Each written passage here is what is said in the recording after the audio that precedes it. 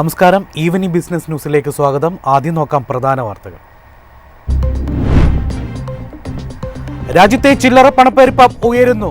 ഗാർഹിക ആവശ്യത്തിനുള്ള 50% ഭക്ഷ്യവസ്തുക്കളുടെയും വില വർദ്ധിച്ചെന്നും റിപ്പോർട്ട്.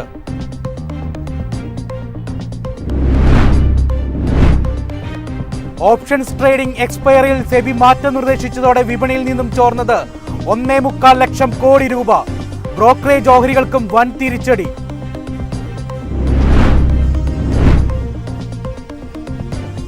ഇന്ത്യക്ക് കൂടുതൽ തീരുവ ചുമത്താൻ ട്രംപ് G7 രാജ്യങ്ങളോട് ആവശ്യപ്പെട്ടു. കാർഡ് ഉച്ചകോടിക്കായി ട്രംപ് ഇന്ത്യയിലെത്തുമെന്നും റിപ്പോർട്ട്. ഡോളറിനെതിരെ രൂപയുടെ മൂല്യം ചരിത്രത്തിലെ ഏറ്റവും താഴ്ചയിൽ. മൂല്യം 88.29 ഇടിഞ്ഞു. തിരിച്ചടിയായത് ട്രംപിന്റെ താരിഫ് ആഘാതം. GST 2 സ്ലാബായി ചുരുങ്ങിയതോടെ പുതിയ വാഹനങ്ങളുടെ നികുതി 28% നിന്ന് 18% കുറയും. ഇത് ഉപഭോക്താക്കളെ കൂടുതലും പുതിയ വാഹനങ്ങൾ മേടിക്കാൻ നിർബന്ധിതരാക്കും. ഇത് സെക്കൻഡ് ഹാൻഡ് വാഹന വിപണിയെ പ്രതികൂലമായി തന്നെ ബാധിക്കും. GST നിരക്കിളവിൽ സെക്കൻഡ് ഹാൻഡ് കാർ വിപണിക്കും പ്രതീക്ഷ. സെക്കൻഡ് ഹാൻഡ് കാറുകളുടെ വിലയും ഗണ്യമായി കുറയുമെന്ന് ഡീലർമാർ.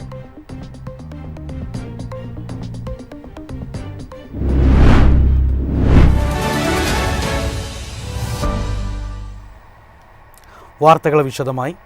ഇന്ത്യൻ ഓഹരി വിപണി ഇന്ന് നേട്ടത്തിൽ വ്യാപാരം അവസാനിപ്പിച്ചു. സെൻസെക്സ് 355 പോയിന്റ് ഉയർന്ന് 81,904 നിഫ്റ്റി 108 പോയിന്റ് ഉയർന്ന് 25,114 ക്ലോസ് ചെയ്തു. വിശദാംശങ്ങളുമായി മുഹമ്മദ് സഫാൻ ചേരുന്നുണ്ട്. മുഹമ്മദ് സഫാൻ, എന്താണ് ഇതിൽ കൂടുതൽ വിശദാംശങ്ങൾ? സൂചിപ്പിച്ച പോലെ തന്നെ ഒരു ഗുഡ് ക്ലോസിംഗ് ആണ് നമുക്ക് ലഭിച്ചിട്ടുള്ളത്. നിഫ്റ്റിയിൽ നല്ലൊരു സ്ട്രോങ് വോളിയം ആക്ഷനോടുള്ള 25,000 എന്ന ഫസ്റ്റ് റെസിസ്റ്റൻസ് ബ്രേക്ക് ചെയ്തിട്ടുള്ള ഒരു ഗുഡ് ക്ലോസിംഗ് ആണ് നിഫ്റ്റിയിൽ ലഭിച്ചിട്ടുള്ളത്. ലാസ്റ്റ് 3 days ആയിട്ട് നിഫ്റ്റിയിൽ നമുക്കറിയാം വോളിയം ബിൽഡപ്പ് ആണ് കാണാൻ സാധിക്കുന്നത്. അതുകൊണ്ട് തന്നെ നെക്സ്റ്റ് വീക്കിൽ നിഫ്റ്റിയുടെ നെക്സ്റ്റ് റെസിസ്റ്റൻസ് ആയ 25,255 എന്ന മേഖല മറികടക്കുകയാണെങ്കിൽ നിഫ്റ്റിയിൽ ഒരു ട്രെൻഡ് കൺഫർമേഷൻ ലഭിക്കാനുള്ള ഒരു പോസിബിലിറ്റി ഉണ്ട്.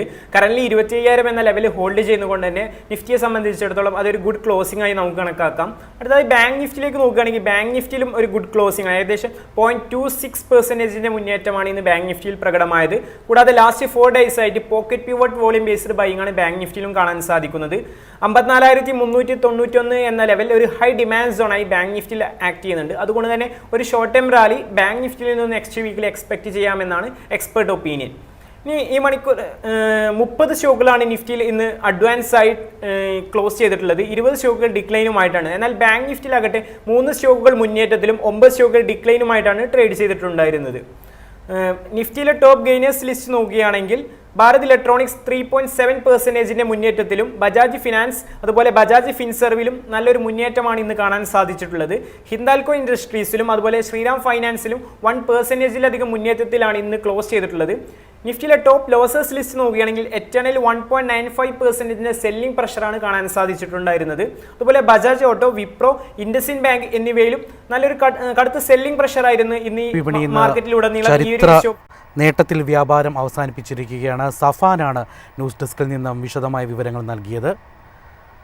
രാജ്യത്തെ ചില്ലറ വ്യാപാര പണപ്പെരുപ്പം ഉയരുന്നു. ഗാർഹിക ആവശ്യത്തിനുള്ള 50% ഭക്ഷ്യവസ്തുക്കളുടെയും വില വർദ്ധിച്ചെന്നും റിപ്പോർട്ട്.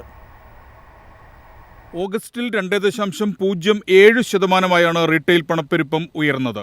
ജൂലൈയിൽ 8 വർഷത്തെ ഏറ്റവും താഴ്ന്ന നിരക്കായ 1.55% ഇവിടെ നിന്നാണ് കുത്തനെയുള്ള കുതിപ്പ് രേഖപ്പെടുത്തിയത്. വാർഷികാടിസ്ഥാനത്തിൽ ഉൽപ്പന്നങ്ങളുടെ അടിസ്ഥാന വിലയിലുണ്ടായ മുന്നേറ്റമാണ് ഇതിന് കാരണം. റോയിട്ടേഴ്സ് പോൾ സർവേ ഫലം 2.1% ഇതിൽ നിന്നുള്ള നേരിയ വർധനയാണ് ഇപ്പോൾ രേഖപ്പെടുത്തിയിരിക്കുന്നത്. ഓഗസ്റ്റിൽ സാധാരണയേക്കാൾ കൂടുതൽ മഴ ലഭിച്ചിരുന്നു. ഇതും ഭക്ഷ്യവസ്തുക്കളുടെ വില ഉയരുന്നതിന് കാരണമാവാം. ഈ മാസവും സമാനമായ മഴ പ്രതീക്ഷിക്കുന്നുണ്ട്. ഇത് ഇന്ത്യയിലെ വേനൽക്കാല വിളകളായ നെല്ല്, പരുത്തി, സോയാബീൻ, പയർവർഗ്ഗങ്ങൾ എന്നിവയെ ബാധിച്ചേക്കാമെന്നും സർക്കാർ ഡാറ്റ വ്യക്തമാക്കി. പ്രധാനമായും റീറ്റെയിൽ പണപ്പെരുപ്പം വിലയിരുത്തിയാണ് റിസർവ് ബാങ്ക് ഗവർണർ അടിസ്ഥാന പലിശ നിരക്ക് പരിഷ്കരിക്കുന്നത്. പണപ്പെരുപ്പം ഉയർന്ന തലത്തിൽ തുടർന്നിരുന്നതിനാൽ 2023 ഫെബ്രുവരി മുതൽ ഇക്കഴിഞ്ഞ ഒക്ടോബർ വരെ നടന്ന യോഗങ്ങളിലൊന്നും പലിശ കുറയ്ക്കാൻ റിസർവ് ബാങ്ക് തയ്യാറായിരുന്നില്ല. News desk MyFin TV. Options trading എക്സ്പയറിയിൽ നിന്നും സെബി മാറ്റം നിർദ്ദേശിച്ചതോടെ വിപണിയിൽ നിന്നും ചോർന്നത് 1.25 ലക്ഷം കോടി രൂപ. ബ്രോക്കറേജ് ഓഹരികൾക്കും വൻ തിരിച്ചടി. ആഴ്ചയിലെ F&O എക്സ്പയറി അവസാനിപ്പിക്കുന്നുവെന്ന വാർത്തയാണ് വിപണിയിൽ തിരിച്ചടിയായത്. F&O വിഭാഗങ്ങളിലെ ഗണ്യമായ നഷ്ടങ്ങളിൽ നിന്ന് റീറ്റെയിൽ നിക്ഷേപകരെ സംരക്ഷിക്കുക, വിപണിയിലെ ഊഹക്കച്ചവടം നിയന്ത്രിക്കുക, അസ്ഥിരത കുറയ്ക്കുക എന്നിവയാണ് സെബിയുടെ ലക്ഷ്യം. എന്നാൽ F&O ഫീ ഇനത്തിൽ വരുമാനമുണ്ടാക്കുന്നവയാണ് ബ്രോക്കറേജുകളും BSEയുമെല്ലാം. കരാർ വോള്യങ്ങൾ, ഇടപാടുകൾ, അനുബന്ധ ഇൻഫ്രാസ്ട്രക്ചർ, ട്രേഡിംഗ്, ക്ലിയറിംഗ് പോലുള്ളവയിൽ നിന്നുള്ള ഫീസ് വഴിയാണ് ഈ വരുമാനം വരുന്നത്. ഈ വരുമാനം നിലയ്ക്കുന്നത് കമ്പനിയുടെ പാദഫലത്തെ ബാധിക്കും. ഇതാണ് ഈ ഓഹരികൾ വിറ്റഴിക്കാൻ നിക്ഷേപകരെ പ്രേരിപ്പിച്ചതെന്ന് വിപണി വിദഗ്ധനായ നീരജ് ധവാൻ വ്യക്തമാക്കി. ജെഫ്രീസ് പറയുന്നത്, ആഴ്ചയിലെ എക്സ്പയറി 2 ആഴ്ചയിലൊരിക്കലാക്കി മാറ്റിയാൽ BSEയുടെ വരുമാനത്തിൽ 20 മുതൽ 27% വരെ ഇടിവും നുവാമയ്ക്ക് 15 മുതൽ 25% വരെ ഇടിവും സംഭവിക്കുമെന്നാണ്. വിഷയത്തിൽ സെബിയുടെ അന്തിമ തീരുമാനം ഉടൻ വരും. ഇതോടെ ഈ ഓഹരികളിൽ വീണ്ടും ഇടിവുണ്ടാകാമെന്നും വിദഗ്ധർ പറയുന്നു. News desk MyFin TV.